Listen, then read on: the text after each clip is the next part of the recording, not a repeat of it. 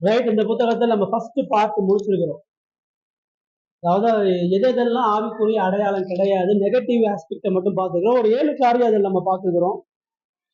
ஒழுக்கமா வாழ்றது, வேதத்தை குறிச்சு அறிவா இருக்கிறது, கிறிஸ்தவ கடமைகளை செய்யறது, போதிக்கிறது, பிரசங்க வரம், பாவ உணர்ச்சி, அசட்டு துணிவு, அனுபவம், இது எதுவுமே கிறிஸ்தவ அடையாளம் கிடையாது. அப்ப எதுதான் அடையாளம்? எதை வச்சுதான் ஒரு மனிதன் ரட்சிக்கப்பட்டவன் நம்ம சொல்றது? எதுதான் உண்மையாகவே ஆவிக்குரிய மனிதனா இருப்பான்றதுக்கு அடையாளத்தை பார்க்க போறோம். இதுல ஒரு 11 விஷயத்தை பார்க்க போறோம். இந்த 11 காரியம் நம்முடைய வாழ்க்கையில இருக்குது அப்படின்னா நம்ம கடவுளுக்குள்ளாக ரட்சிக்கப்பட்டிருக்கோம் நம்ம புரிஞ்சுக்கணும். சரிங்களா? 22வது பக்கம் 2ஆம் பகுதி, 22வது பக்கம் 2ஆம் பகுதி. ஆவிக்குரிய வாழ்க்கைக்கு நேர்முக அடையாளங்கள். முற்பகுதியில் எவை ஆவிக்குரியவர்கள் அல்லவென்று பார்த்தோம். ஒருவன் கற்பு நிலை தவறாமல் நல்லொழுக்கத்தில் வளரலாம். வேத போதனைகளை நன்கு கற்றிருக்கலாம். உயிர்மீட்சி கூட்டங்களுக்கு தவறாமல் போகலாம். சரளமாக பிரசங்கிக்கலாம். தான் குணப்பட்ட தேதியையும் அனுபவத்தையும் கூறலாம். ஃபர்ஸ்ட் பார்ட்ல இதெல்லாம் போலின்னு சொல்லியாச்சு. இதெல்லாம் இருந்தாலும் நம்ம கடவுள் வாழ இல்லையா ரட்சிக்கப்பட்டவங்களா இருக்க முடியாது. எது ரட்சிப்பின் அடையாளத்துல முதல்ல இங்க என்ன சொல்லுது? ரட்சிப்பின் அடையாளம் நம்ம என்ன நினைக்கிறோம்? பாவம் மன்னிப்பு நினைக்கிறோம். சில நேரம் ரட்சிப்பின் அடையாளன்றது நம்முடைய சுபாவம் மாறினது சொல்லுது. இல்லைன்னா கடந்த வாழ்க்கை இப்படி இருந்துச்சு, இப்ப நான் ஒரு புது மனிதனா இருக்கிறேன், இதுதான் எந்த அடையாளம். இப்ப நான் அன்புள்ளவனா, நேர்மை உள்ளவனா, உண்மை உள்ளவனா இருக்கேன், குடிப்பழக்கத்துல இருந்து திருந்திட்டேன், கொடூரமா இருந்தேன், இப்ப சொல்லாங்க, இப்ப நான் திருவழிப்பாடலாம் பாருங்க, ஒரே கடவுளை வாங்கிட்டேன், என் சுபாவம் மாறிடுச்சு, என் பேச்சு மாறிடுச்சு. இதைதான் இயல்பா மனிதர்கள் ரட்சிக்கப்பட்ட அடையாளமா சொல்றாங்க. ஆனா பைபிள் நமக்கு முதல்ல என்ன சொல்றது? மனுஷன் ரட்சிக்கப்பட்டான்னு சொன்னா அவனுடைய மாற்றம் என்பது முதல்ல இருதயம். கடவுளிடத்தில் அன்பு கூறுதல் சொல்லும் போது அவனுக்குள்ளாக மாற்றம் அடைந்த இருதயத்தை கொண்டு. இதுவரைக்கும் அவனுடைய இருதயம் உலகத்தை நேசிச்சு, பாவத்தை நேசிச்சு, அவனுக்கு என்னெல்லாம் பிடிக்குமோ அதெல்லாம் நேசிச்சு. ரட்சிக்கப்பட்டவன், கடவுளால ஆவிக்குரிய கண்ணு திறக்கப்பட்டவன், முதலாவது அவனுடைய இருதய ஆசை, இருதய விருப்பம், அவனுடைய இருதயம் இப்ப எங்க இருக்கும்னா கடவுள்கிட்ட மட்டும்தான் இருக்கும். அதுதான் முதல் அடையாளம். நம்ம சாயந்தரம் ஃபுல்லா என்ன பார்த்துட்டு இருக்கோம்? இருதயத்தை தான் பார்த்துட்டு இருக்கோம். 4:30 மணிக்கு இருதயம், நம்முடைய இருதயம் வந்து முதல் எப்படி இருக்குது, நம்முடைய இருதயத்தை ஆண்டவர் முதல் எப்படி பார்க்கிறார்? வேதம் சொல்லுது மனிதனுடைய இருதயம் நித்தமும் பொல்லாததுன்னு சொல்றாங்க. இருதயத்தினுடைய தோற்றமே பொல்லாதுன்றாங்க. இயல்பாவே நம்மளுடைய ஆழமான இருதயத்துல கடவுளை பயன்படுத்ததான் பார்க்கணும். கடவுளை நம்முடைய சுயநன்மைக்காக பயன்படுத்திக்க பார்க்கணும். கடவுளை நேசிக்கக்கூடிய இருதயம் மனித இயல்புகள். உலகம் எல்லாம் பாத்தீங்கன்னா 90% மக்கள் பக்தி உள்ளவனாதான் இருக்கும். கடவுளை பக்தியா இருக்கனாலதான் ஒழுக போறான், கோயிலுக்கு போறான், என்னென்னமோ கடவுளுக்காக பேர சொல்றதா. இப்ப இதெல்லாம் கடவுளை நேசிக்கிறானா? இதெல்லாம் கடவுளுடைய அன்பு இல்லையா? புறஜாதியா தானே சொல்றான். கடவுளை நேசிக்கிறதுனாலதான் காணிக்கை கொடுக்குறேன், ஆராதனைக்கு போறேன், கடவுளுக்காக என்னையே இழக்கிறேன், வாழ்க்கையவே நான் கடவுளுக்காக இருக்கணும். நிறைய பேர் துறவர வாழ்க்கையை அர்ப்பணிச்சிருக்காங்க. உலக வாழ்க்கையை வாழ்க்கை கடவுளுக்காக அர்ப்பணிச்சிருக்கேன். இப்ப இவங்கெல்லாம் கடவுள் நேசிக்கிறாங்களா? உலகம் என்ன சொல்லுதோ அவெல்லாம் கடவுள் நேசிக்கிறதுனாலும் இதெல்லாம் அடையாளமா இருக்கலாம். வேதம் நமக்கு என்ன சொல்லுது? அவனுடைய அனுபவமும் வெளிப்புற அடையாளமும் அவனுடைய பக்தியை குறிச்சு அதை என்ன இடம் போடுறான்றது முக்கியம். இருதயம் முதல் எங்க இருக்கு? இருதயத்துல முதல் இடத்துல யார் உட்கார்ந்துருக்கோம்? உங்க இருதயத்தை நீங்க கேட்க வேண்டிய வாழ்க்கையில உண்மையே ஒண்ணு மட்டும்தான் இருக்கு. கடவுளுக்குள்ள 2 எஜமானுக்கு ஊழியம் பண்ண முடியாது. இது 2 பக்கம் ஒரு இதயத்தை வச்சுக்க முடியாது. இருதயத்துல கடவுள் இருந்தாருன்னா அவர் மட்டும்தான் இருக்க முடியும். நான் ஒருத்தர் நேசிக்கிறேன் அப்படின்னு சொன்னா என் இருதயத்துல வேற யாருக்கு இடம் இல்லைன்னு அர்த்தம். உண்மையான அன்புன்றது என்னால ஒருத்தரை மட்டும்தான் நேசிக்க முடியும். நான் ஒருத்தரை நேசிக்கிறேன்னு சொன்னா என் எண்ணங்களும் சிந்தனைகளும் அவர் எப்பயுமே இருக்கு. அவர் நான் மறக்கவே முடியாது. நான் எங்க போனாலும் எங்க வச்சிருந்தாலும் என் இருதயம் அவரோட இருந்துகிட்டே இருக்கும். அவரை விட்டு வெளியே போயிட்டாலும் நான் போன் பண்ணி அவர்கிட்ட பேசிட்டே இருக்கேன், அவரோட தொடர்பு பட்டுட்டே இருக்கும், என்னை குறிச்சு எல்லாம் சொல்லிட்டே இருக்கும், அவரை பொறுத்து இன்னும் அறிய ஆசைப்பட்டுட்டே இருக்கும். இதுதான் உண்மையான அன்பு. இந்த அன்பு கூறுதல் கடவுளுக்கு எனக்கு அதுல 4 பாயிண்ட் அங்க சொல்றான். கடவுள் அன்பு கூறுதல கடவுளின் மேன்மையை பற்றிய உள்ளுணர்வு. கடவுளை நேசிக்கிறேன் அப்படின்றது எனது புத்தி, எனது அனுபவம் சார்ந்தது. கடவுள் யாரும் தெரிஞ்சு நான் அவரை நேசிக்கிறேன். இதுதான் மற்ற மதங்கள்ல கிடையாது. மற்ற மதங்கள்ல அவருடைய கடவுள் எப்படிப்பட்டவர்னு எனக்கு சொல்ல மாட்டாங்க. மற்ற மதங்கள்ல உனக்கு வேண்டிய நன்மையை செய்யக்கூடிய ஒரு கருவியாக தான் கடவுளை பயன்படுத்தும். இந்த சாமிகிட்ட போனா அந்த நல்லது உண்டு, இதுகிட்ட போனா இது சரியா, இந்த சாமியை கூட்டினா இது உனக்கு இப்படியா, இப்படிதான் மனிதனை பற்றி சொல்லுவாங்க. இந்த கடவுளுடைய தன்மை என்ன, அந்த கடவுளுடைய விருப்பம் என்ன, அந்த கடவுளுடைய திட்டம் என்ன, அந்த கடவுள் தன்னை எப்படி வெளிப்படுத்தி இருக்கிறாருன்னு கிறிஸ்தவத்தை நம்ம மட்டும்தான் சொல்லியிருக்கோம். அப்ப நான் கடவுளை நேசிக்கிறேன்னு சொன்னா முதல்ல கடவுளுடைய மேன்மையை குறித்த உண்மையான இருதயம். அது ரெண்டு விஷயத்தை சொல்றாங்க. ஒருத்தன் கடவுள் மகத்துவம் உள்ளவர்னு சொல்லுவான், கடவுள் நல்லவர்னு சொல்லுவான்.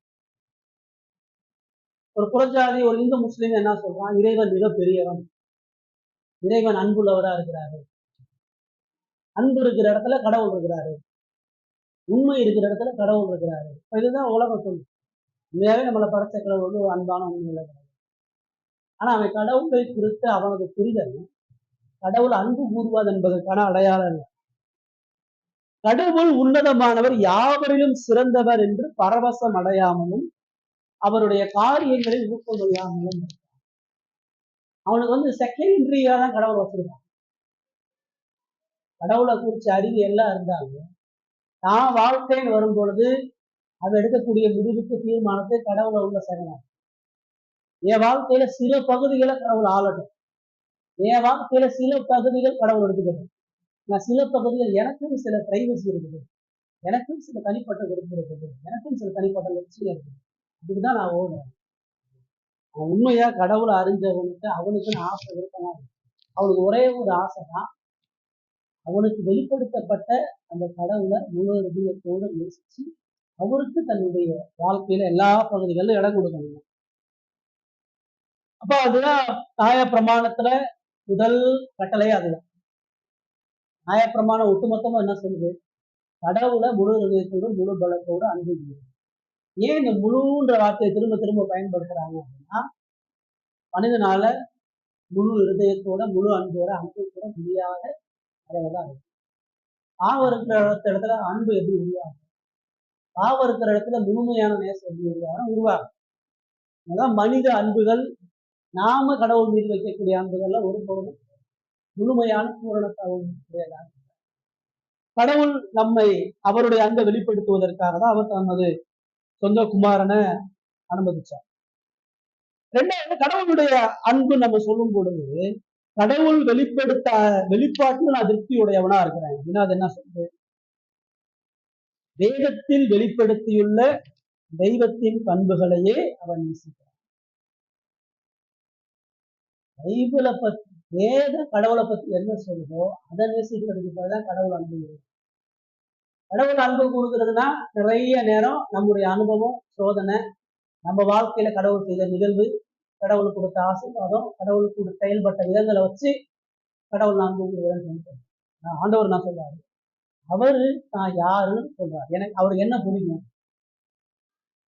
அவர் மற்ற கடவுள் வந்து எப்படி வித்தியாசமானவர், அவர் எவ்வளவு பரிசுத்தமானவர், எவ்வளவு நீதியானவர், எவ்வளவு உண்மையானவர், இரக்கத்தை விரும்புகிறாரு, மன்னிப்பை கொடுக்குறாரு, அந்த சுபாவத்துல எவ்வளவு மாறாதவரா இருந்தார். கேரக்டர் ஆஃப் காடுனா கடவுளை நேசிக்கிறதுக்கு எனக்கு இந்திக்க. இது ரோமன் கத்தோலிக்கத்துல பல கிறிஸ்தவ டினாமினேஷன் கடவுளுடைய கேரக்டரே பிரசங்கம் பண்றது சொல்றதே அவனுக்கே போதிக்கிறவனுக்கு தெரிய மாட்டேங்குது எப்படிப்பட்ட தேவன் நான் ஆராதிக்கிறோம் போதும். நான் கடவுள் நேசிக்கிறேன் முதல்ல எனக்கு என்ன தெரியும்னா அவருடைய இருதயம் என்னன்னு எனக்கு தெரியும், அவருக்கு எது பிடிக்காதுன்னு எனக்கு தெரியும், அவருக்கு எது பிடிக்குதுன்னு தெரியும், எதுக்கு இந்த உலகத்துல வச்சிருக்காரு தெரியும். அவர் விரும்புகிறத செய்வதற்கு தான் அந்த உலகத்துல நான் ஒருத்தரை நேசிக்கிறேன் அப்படின்னா அந்த நேசிக்கிறவருடைய மனம் போனாம நடந்துக்கும், அதுதான் நேசிக்கிறேன். நான் ஒருத்தரை நேசிக்கிறேன்னு சொல்லி அவருக்கு பிடிக்கமில்லாத எல்லாத்தையும் சொல்றேன், ஆனா எங்க அவர் நேசிக்கிறேன். நான் நேசிக்கிறேன்னு சொல்லி அவருக்கு நேரமே கொடுக்கலாம், எங்க நேசிக்கிறேன். நான் நேசிக்கிறேன்னு சொல்லி அவரோட தொடர்பே இல்லாம இருந்தாலும் எங்க நான் அவரை நேசிக்கிறேன். நான் நேசிக்கிறேன்னு சொல்லும் பொழுது தொடர்பு கொள்கிறேன், அவரை அறிகிறேன், அவருக்கு பிடிச்சதை செய்ய பார்க்குறேன், அவருக்கு பிடிக்காத இடத்துல விலகி இருக்கேன். அந்த ரிலேஷன்ஷிப் தான் உண்மையான அன்பு. அப்ப நமக்கு தெரியுமா, கடவுளை நேசிக்கிறேன்னு என்கிட்ட கடவுள் என்ன வெறுக்கிறார், என்கிட்ட எது கடவுள் தடை செய்கிறார், என்கிட்ட கடவுள் என்னத்தை செய்யணும்னு விரும்புகிறார், நான் என்ன செஞ்சா கடவுள் சந்தோஷம் இருக்கும், நான் என்ன செஞ்சா கடவுளுக்கு பிடிக்கும். அதெல்லாம் நம்ம யோசிக்கிறோமா, இதெல்லாம் நம்ம சிந்திக்கிறோமா? என்னுடைய ஒவ்வொரு நகர்வும் கடவுளுக்கு சுத்தமானதா நான் சிந்திக்கிறேன்னா? நான் டிவியில ஒண்ணு பாக்குறேன், டேல இருந்து கடவுள் அதை பாக்குறாரு, கடவுள் என்னை பத்தி என்ன நினைக்கிறார். நான் செல்ல ஒண்ணு பாக்குறேன், நான் பாக்குறத கடவுள் எங்க கூட சேர்ந்து பாக்குறாரு, இப்ப என்னை பத்தி கடவுள் என்ன. இப்ப நான் அவர்கிட்ட ஒண்ணு பேசுறேன், இவரை பத்தி நான் அவர்கிட்ட ஒண்ணு சொல்றேன், இவர் சொல்லாத, இவரை பத்தி தெரியாத சில காரியங்களும் அனுபவிச்சு சொல்றேன். இப்ப கடவுள் என் பக்கத்துல இருந்து என்ன நினைக்கிறார். இதெல்லாம் நம்ம என்ன செய்யறதுன்னா யோசிக்கிறது. நம்ம கடவுளை எப்ப தேடுறோம்னா, ஜெபம் பண்ணும் பொழுது கடவுள் இருக்காருன்னு, பைபிள் படிக்கும் பொழுது கடவுள் பேசுறாரு, வேலை செய்யும் பொழுது, காய்கறி வாங்க போகும் பொழுது, சொந்தக்காரங்க வீட்டுக்கு போகும் பொழுது, பொழுதுபோக்குல ஈடுபடும் பொழுது கடவுள் நம்மளை குறித்து நினைக்கிறார். ரட்சிக்கப்பட்டவன் அவன் வெளிப்படுத்தப்பட்ட கடவுளுடைய சித்தத்தை தேடுகிறவன் வாழ்க்கை முழுவதுமா கடவுளை தேடுறதுலையும், கடவுளுக்காக உழைக்கிறதுலையும், கடவுளை தொடர்பு கொள்றதுலையும், கடவுளை அறிகிறதுலையும் வளர்ந்து கொண்டே இருக்கும். அதுதான் கடவுள். அது சுட்டு போட்டாலும் அது சுவாசம் அடையும். நீங்க ஒரு மனுஷனை சர்ச்சை கூட்டிட்டு வரலாம், ஒரு மனுஷனை ஆராதனையில உட்கார வைக்கலாம், அவனுக்கு நம்ம பாடல் பாட வைக்கலாம், அவனை பாவத்தை அறிக்கை செய்ய வைக்கலாம், அவனை சபையில மெம்பரா வச்சுக்கலாம், அவனை ஊழியத்தில் ஈடுபட வைக்கலாம். எல்லாம் பண்ணினோம் அவனை கடவுளை நேசிக்க விடாம அவன் இது எல்லாம் அவனுக்குள்ள இருந்தும் கடவுளை நேசிக்கிற இருதயம் இல்லாம அவனுக்கு நம்ம இதை வச்சு நான் கடவுளை நேசிக்கிறேன். நம்ம சில பகுதிகளை சொல்லுவோம், கடவுளை ஏன் நேசிக்கிறேன், நான் பரிசுத்தமா வாழ ஆசைப்படுறேன், நான் கடவுளை ஏன் நேசிக்கிறேன், ஜெபம் பண்றேன், பைபிள் வாசிக்கிறேன், ஆராதனை பண்றேன், நான் சில கடமைகளை செய்யறேன், நான் ஒரு போதவனா ஊழியம் பண்றேன், கடவுளுடைய பணியை செய்ய ஆசைப்படுறேன். இதெல்லாம் போன மரம் பாருங்க, இதெல்லாம் கடவுள் நேசிப்பதற்கு அடையாது. இது என்னுடைய வேலை, உங்களுடைய கடமை. எங்க வீட்டுல என் மனைவிக்கு செய்ய வேண்டிய கடமையை நான் செய்ய முடியும். என் மனைவிக்கு வேண்டிய சாப்பாடு, ட்ரெஸ், எல்லா தேவைகளையும் கொடுக்குறனால என் மனைவியை நேசிக்க, இது எல்லாம் கொடுத்தும் என் மனைவி நேசிக்காம என்னால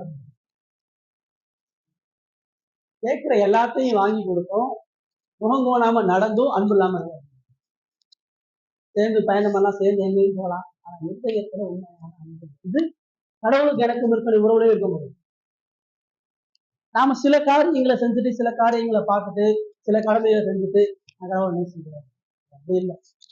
அது இருதயபூர்வமா கடவுளை விட்டு என்னால எதையுமே சிந்திக்க முடியாது, கடவுள் இல்லாம என்னால உயிர் வாழ முடியாது, என்னால மூச்சு இல்லாம எப்படி இருக்க முடியாது, அதே போல கடவுளை யோசிக்காம சிந்திக்காம இருக்க முடியாதுன்னு உள் ஆழமான தாகமும் வாங்க. தாவீது சொல்றான், ஆண்டவரே இந்த பூமியில எனக்கு வேற எதுவும் விருப்பம் இல்லை, பரலோகத்துல உண்மை எல்லாமே எனக்கு ராஜா என்ற எல்லா அதிகாரமும் மானானது நீரோடைகளை வாங்கிட்டு தருவது போல இந்த இருதய உணர்வு இல்லாம நம்ம அன்பு பொருள். இரண்டாவது பாட்டு, அது அன்புல இருந்தா என்ன இருக்கு அப்படின்றத பாசம். வேறு எவரிடமும் அன்பு கூறுவது போலவே கடவுளிடமும் அன்பு கூறக்கூடும். நீங்கள் உங்கள் நண்பனை ஏன் நேசிக்கிறீர்கள் என்றால் அவனுடைய பண்பு உங்களை கவருகிறது, உங்கள் மனதிற்கு உகந்ததா இருக்கிறது. எவர்களிடம் அன்பு கூறுகிறோமோ அவர்கள் மேல் ஒரு விருப்பம் உண்டானால் தான் அந்த அன்பு மெய்யாக இருக்கும். கொஞ்சம் சொல்லுது, சூரியனை உதிக்க பண்ணி மழையை பெய்ய பண்ணுகிறாரோ அது போல நம்ம ஒருத்தவங்க கெடுதல் செய்யறாங்கன்னு சொன்னோன்னே அவங்களுக்கு நம்ம கெடுதல் செய்யக்கூடாது. நம்ம பூரண சத்துணரா இருக்க விரும்பினா அவரோட குணம் போல பண்பு போல இருக்கும். என்ன சொல்ற, அதனாலதான் உன் வஸ்திரத்தை கேட்டா உன் அங்கேயே விட்டு கொடுத்துரு, ஒரு மைல் தூரம் வர பலவந்தம் பண்ணினா அவனோட 2 மைல் தூரம் போ, ஒரு கண்ணத்துல இருந்தா மறு கண்ணத்துல. ஆனா இது நம்மள்கிட்ட இல்லதான். ஒருத்தர் நம்மள கேட்ட உடனே டப்புன்னு அவங்களுக்கு ரியாக்ட் பண்ணிடுவோம். நம்ம அதை செய்யக்கூடாது, அவரோட பண்பை தான் நேசிக்கணும். அதை தெய்வத்தை நேசிக்கக்கூடிய ஒரே காரணம் அவரோட பண்புகள் தான். எல்லாரும் தான் நீங்க சொன்ன மாதிரி கடவுளை கும்பிடுறாங்க, எல்லாம் வழிபடுறாங்க, தன் கிரிகைகள்ல எல்லாரும் மகிழ்கிறாங்க. ஆனா அவரோட பண்பு தான் அது. இப்ப நம்மள வித்தியாசப்படுத்துறதே அவரோட பண்பு தான். யாரும் சத்ரு நீ வந்து கடன் கொடுப்பார்கள் என்று நீ கடன் கொடுத்தா பாவிகள் அவ்வாறே செய்கிறார்கள். நீ ஒருத்தனுக்கு ஆசீர்வாதம் நல்லா இருப்பேன்னு சொன்னா பாவிகளும் அவ்வாறே செய்யறாங்க. ஆனா நம்மள வந்து கடவுள் வந்து என்ன சொல்றாரு, இல்ல உங்க சத்துருக்களை நீங்க நேசிங்க, உங்களை துன்பப்படுத்துறதுக்காக ஜெபம் பண்ணுங்க. அப்ப அவருடைய பண்பை தான் நம்ம பார்க்கணும். அந்த அந்த உண்மையான ஆவிக்குரிய மனுஷன் அந்த பண்புகள்ல அவன் வந்து மகிழ்ச்சி அடைவான். அதுதான் தேவன் சொல்லி நினைப்பான்னு சொல்லி.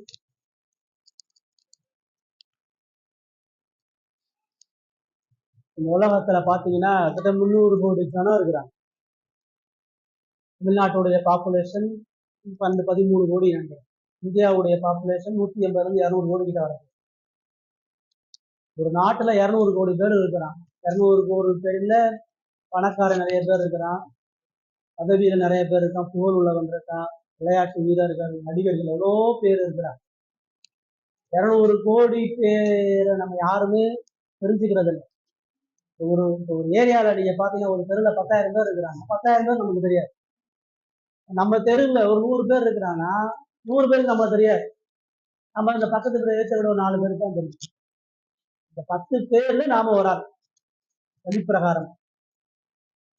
இந்த ஏரியாவில் இருக்கிற நிறைய பேருக்கு என்ன தெரியாது. திண்டுக்கல்ல 99% பேருக்கு தெரியாது. தமிழ்நாட்டுல 12 கோடி பேர்ல நான்லாம் ஒரு ஆளே கிடையாது. இந்தியாவில 200 கோடி பேர்ல நான் ஒரு தூசியை விட ஒண்ணு இல்லாத ஒரு மனுஷன். இந்த உலகத்துல மலைவாழ் மக்கள், சமுத்திரத்துல வாழ்றவன், பனியில வாழ்றவன், வளர்ந்த நாடுகளை வாழ்றவன், இது பல ஜனங்களை கடவுள் மேல இருந்து பார்க்கறாரு. கடவுள் பரலோகத்துல இருந்து பார்க்கும் பொழுது 300 கோடி ஜனமும் அவருக்கு தெரியும். 300 கோடி ஜனத்தினுடைய விருப்பம், திட்டம், பதவி, ஞானம் உள்ளவர்லாம் நீங்க திங்க் பண்ணணும். அவருடைய ஞானம் அவ்வளவு பெருசு அப்படின்னா, இந்த உலகத்துல இப்போ இந்த செகண்ட் மரண படுக்கையில மறிக்க போற ஒருத்தனுடைய இருதயம், கருவுல இருந்து இப்போ இந்த நொடியில வெளியே வரக்கூடிய குழந்தையுடைய இருதயம் எல்லாம் சாகுறவன் என்ன யோசிச்சுட்டு இருக்கான்னு பாக்குறாரு. வெளியில வர குழந்தை, கருவுல வழுகிற குழந்தை என்ன செஞ்சுட்டு ஒட்டுமொத்த ஜனங்களுடைய ஆசை, விருப்பம், யோசனை இதெல்லாம் ஒரு செகண்ட் நம்ம நகல எல்லா படைப்பினுடைய இருதயமும் விருப்பங்களும் அவருக்கு. மனசை மாத்திரம் இல்ல, மிருகங்கள், ஜட பொருட்கள், இது எல்லாமே எப்படி செயல்பட்டு கொண்டிருக்கிறது. தமிழ்நாட்டுல இருந்து பாத்தீங்கன்னாவே நம்ம எங்க இருக்கிறோம், நம்ம வீடு எங்க இருக்கே தெரியாது, மாவட்டம் எங்க இருக்குன்னு தெரியாது.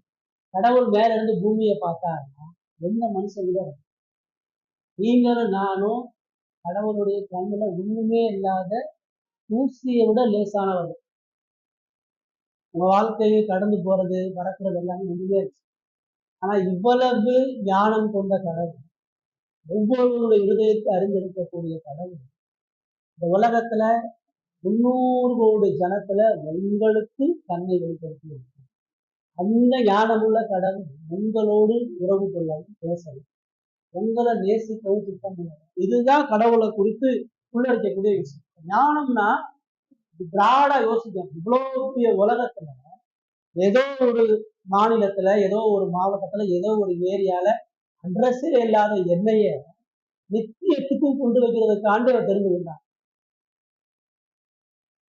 இந்த உலகம் உண்டாய் 6000 வருஷம் ஆகுது. எத்தனை பேரரசுகள்லாம் வந்து காணாம போயிடுச்சு. எவ்வளவு புகழ் வாழ்ந்த வேலை ஒண்ணு இல்லாம போயிட்டான். 900 வருஷம், 500 வருஷம், 300 வருஷம் வாழ்ந்த வேலை அந்த உலகத்துல இருக்கு. அவனெல்லாம் வரலாறு நினைவு கூறல. நீங்கள் நானும் 70 வயசு பலத்தின் மீதினால் 80 வயசு, 90 வயசு வரைக்கும் வாழ்ந்தாங்க. இந்த 6000 வருஷத்துல 90 வருஷம்ன்றது ரொம்ப ரொம்ப சொற்பம். இந்த 90 வருட வாழ்க்கையில கடவுள் உங்களை நித்திய சிந்தையோடு வைத்திருக்கிறார். நீங்களும் நானும் கடவுளுடைய இருதயத்தில் அழிக்கப்பட முடியாத ஒரு இடத்துல இருக்கு.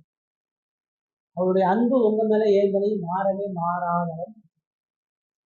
ஞானம், அவருடைய பரிசுத்தம், பாவம் இல்லாத தூதர்கள்லாம் கண்ணையும் ரெட்டைகளையும் மூடி பரலோகத்துல எல்லாரும் அவருடைய பாதத்துல விழுகிறாங்க. வாயை தொடர்ந்து பேசினா எல்லா படைப்பும் அதிருது. சமுத்திரத்திலேயோ ராஜாக்களையோ எல்லாம் ஆள்றவரு உங்களிடத்துல பேசுவதற்கு சித்தங்களா நீங்க பேசுறத ஒரு காது கொடுத்து கேட்கிறீங்க. இந்த பிரமிப்பான அவருடைய குணாதிசயம்னா ஒரு பயபக்தியா தேடணும், ஒரு அன்பு செலுத்தணும், ஒரு நேசிக்கணும்.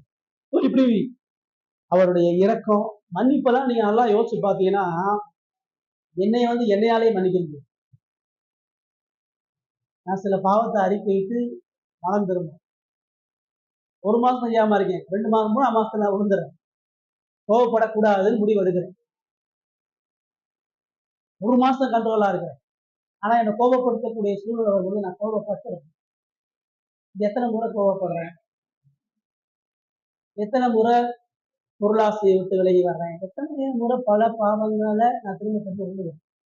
என் மனசாட்சியே சொல்லுது நீ எல்லாம் திரும்ப மாட்டேன், என் உருப்பட மாட்டேன், உன்னையெல்லாம் யாரும் மன்னிக்கவே முடியாது.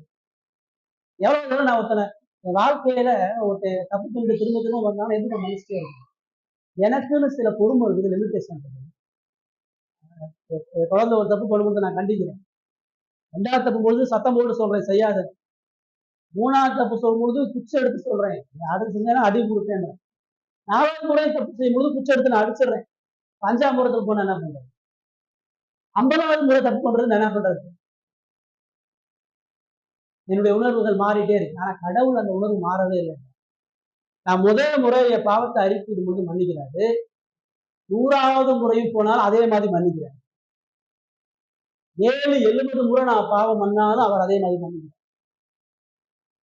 இயேசு கிறிஸ்துவுக்குள்ளாக என் பாவம் எப்பப்பெல்லாம் அறிக்கையிடப்படுகிறோம் அப்பப்பெல்லாம் மன்னிக்கிறான். நான் மரணத்துக்கு முன்னாடி கடைசி நொடி அறிக்கை எடுக்கிற பாவம் மன்னிக்கிறேன். மன்னிப்புனா அவருடைய இருதயம் எவ்வளவு பெருசா இருக்கு. என்னைய சக மனிதனால மன்னிக்க முடியாது, மற்றவங்க யாரும் என்னை மன்னிக்க முடியாது, என்னைய என்னாலேயே மன்னிக்க முடியாது. நானே முடிவு பண்ணுறேன் நீ என்னை மன்னிச்சிடாதீங்க நான் சொல்றேன். நான் அவ்வளவு மோசமா இருக்கேன், என்னையா நீ இனிமேல் மன்னிக்காதீங்க நான் சொல்றேன். அவர் திரும்பியா என்னை மன்னிப்பது. இப்படி அவருடைய ஒவ்வொரு கேரக்டரையும் நீங்க பாத்தீங்கன்னா பிரமிக்கத்தக்கதாக அதுதான் அவர் அன்பு கூறுது. 2வது இந்த பகுதி என்ன சொல்லுன்னா, கடவுளை அன்பு கூறுகிறவன் சுய மகிழ்ச்சிக்காக சுய விடுதலைக்காக அவன் இலக்காக கொண்டு வரும்பொழுது அன்பு கூற முடியாது. ஏனே கடவுள் நான் கடவுள் நேசிக்கிறேன்னா நரகத்திலிருந்து காப்பாற்றுறேன். நான் ஏன் கடவுளை நேசிக்கிறேன் அப்படின்னா இந்த உலகத்துல எவ்வளவு பேர்படக்கூடிய பாடுகள் என்னை கடவுள் காப்பாற்றுறேன். நான் கடவுளை ஏன் நேசிக்கிறேன்னா எனக்கு அழிவில்லாத ஒரு வாழ்க்கையை கொடுக்கும். இது எல்லாமே பார்ட் ஆஃப் சுயநலமான ஒரு சிந்தனை. எனக்கு நடந்து பட்டார் அதனால நான் நேசிக்கிறேன். என்னை அன்பு கூறுவார் அதனால நான் நேசிக்கிறேன். எனக்கு சில காரியங்களை செஞ்சிருக்கிறேன் அதனால நான் நேசிக்கிறேன். இந்த கடவுள் என் பாவத்தை மன்னிக்கிறேன்.